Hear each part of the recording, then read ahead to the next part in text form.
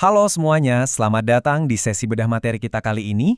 Hari ini kita bakal ngebahas sebuah misteri medis yang jujur aja sering banget bikin frustrasi. Bayangin, Anda udah ngelakuin semuanya dengan benar. Udah mati-matian jaga pola makan, rutin minum obat, tapi kok masih aja ngerasain nyeri sendi yang luar biasa menyiksa. Nah, mari kita cari tahu jawabannya bersama-sama. Saya yakin banget banyak dari Anda yang pernah ngerasain hal ini. Udah hindari pantangan, kenapa masih nyeri juga? Rasanya tuh pengen nyerah kan?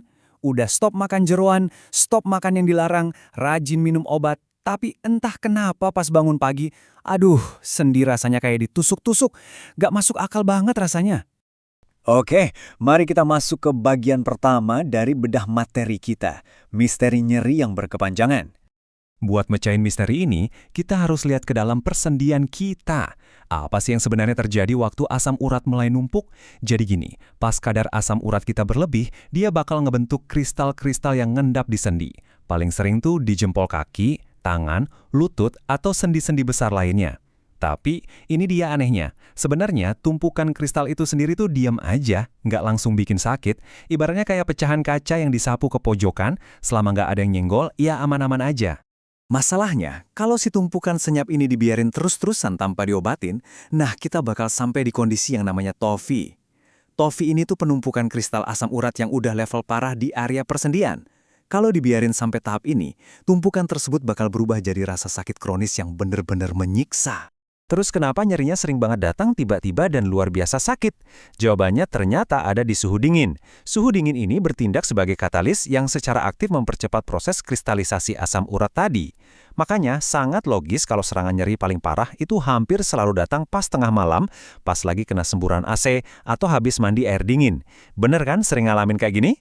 Lanjut ke bagian kedua, bagaimana si kristal-kristal ini bisa salah sasaran? Coba bayangin tumpukan kristal tajam tadi. Apa sih yang bikin dia tiba-tiba memicu peradangan hebat? Ternyata hal-hal sepele yang kita lakuin sehari-hari, mulai dari trauma fisik ringan, gesekan antar sendi, gerakan jongkok terus berdiri lagi, atau bahkan cuma karena tersandung kecil aja, gerakan-gerakan ini tuh mecahin kristal yang tadinya diam, jadi serpihan-serpihan tajam layaknya benda asing di dalam sendi. Tubuh kita langsung ngerespon serpihan ini dengan sistem peradangan atau inflamasi besar-besaran. Nah, dari situlah asal-muasal rasa nyeri yang luar biasa itu.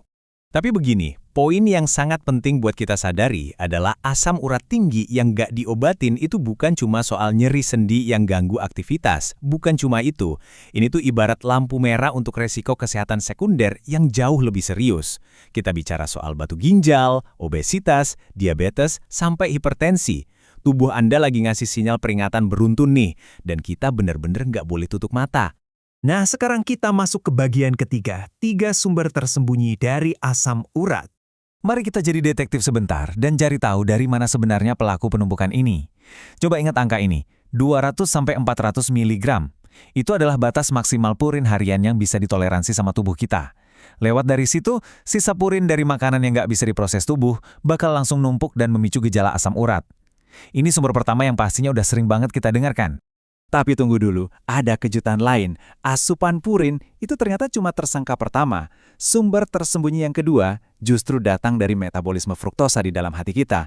Iya bener banget, gula. Minuman bersoda, minuman kaleng rasa-rasa, dan yang mungkin bikin kaget, buah-buahan tertentu.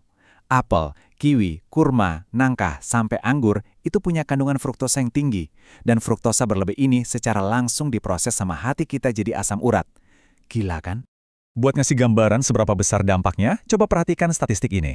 Sekitar 70% orang secara langsung ngalamin lonjakan asam urat yang drastis gara-gara konsumsi fruktosa berlebih. 70%. Jadi bagi mayoritas dari kita, sesuatu yang kita anggap sebagai gula buah yang sehat, ternyata secara harfiah berubah jadi pemicu naiknya kadar asam urat di dalam tubuh. Sekarang kita melangkah ke bagian keempat, bahaya endogen. Atau dengan kata lain, bahaya dari dalam tubuh kita sendiri. Pernah mikir nggak? Saya udah bener-bener pantang makan ini itu, tapi kok hasil lab masih tinggi aja? Nah, disinilah letak misterinya. Selama ini kita mungkin cuma sibuk ngontrol asupan dari luar, kayak diet purin dan fruktosa. Tapi di sisi lain, kita punya sumber internal, alias endogen.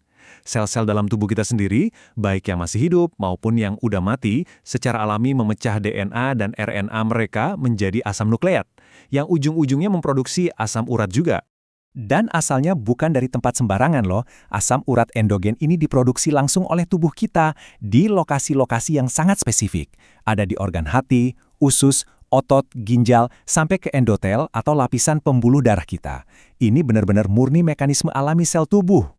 Nah, ini dia informasi yang super krusial. Kalau Anda kebetulan punya riwayat penyakit kronis seperti hipertensi, kolesterol tinggi, fatty liver atau perlemakan hati, penyakit ginjal, penyakit jantung, sampai diabetes, tubuh Anda itu kayak dipaksa secara biologis untuk terus ngenjot produksi asam urat endogen ini. Jadi terlepas dari sebersih apapun pola makan Anda, penyakit-penyakit bawaan inilah yang terus memompa asam urat masuk ke sistem tubuh Anda tanpa henti. Oke, jangan panik dulu. Kita masuk ke bagian kelima. 4 langkah menuju pemulihan. Setelah ngupas tuntas misteri medis yang lumayan bikin pusing tadi, sekarang waktunya kita susun rencana aksi. Solusi utama kita berpusat pada satu statistik penting ini. Hampir 70% pembuangan asam urat dari tubuh kita itu dikerjakan sepenuhnya oleh ginjal. Ini fakta yang nggak bisa ditawar. Kalau mau nurunin asam urat, langkah pertama dan paling absolut adalah kita harus melindungi dan ngeringanin kerja ginjal kita. Terus gimana caranya? Gampang, kita pakai formula hidrasi yang pasti ini, 30 ml. Caranya, kalikan 30 ml dengan berat badan Anda dalam satuan kilogram. Angka yang didapat nanti, itu adalah patokan jumlah air putih yang wajib Anda minum tiap hari. Ini fungsinya buat ngebilas sistem tubuh dan bantu ginjal buang kelebihan asam urat seoptimal mungkin. Biar gampang dieksekusi, mari kita rangkum jadi 4 langkah pasti. Pertama, pastikan tubuh terhidrasi pakai rumus berat badan tadi. Kedua, cek fungsi ginjal Anda ke dokter, pastikan organ penyaring utama ini kondisinya prima dan nggak terhambat. Ketiga, rajin-rajinlah konsumsi makanan alami yang memang bisa dorong pembuangan asam urat.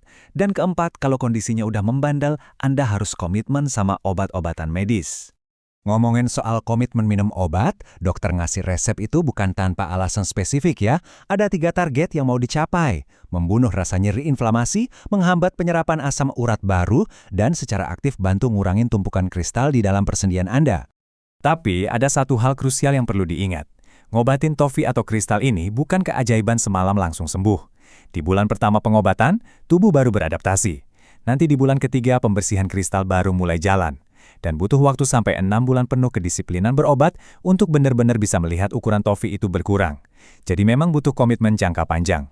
Sebagai penutup sesi bedah materi kita kali ini, saya pengen ninggalin satu pertanyaan provokatif buat Anda renungkan. Apakah mungkin berbagai kondisi kesehatan bawaan Anda yang lain sebenarnya diam-diam ngipasin dan memproduksi rasa nyeri sendi itu langsung dari dalam tubuh Anda? Sangat penting buat kita untuk mulai melihat lebih luas dari sekedar daftar pantangan makanan aja dan mulai ngevaluasi kesehatan tubuh kita secara menyeluruh. Semoga penjelasan ini ngasih pemahaman baru yang bermanfaat buat Anda. Tetap sehat dan sampai jumpa.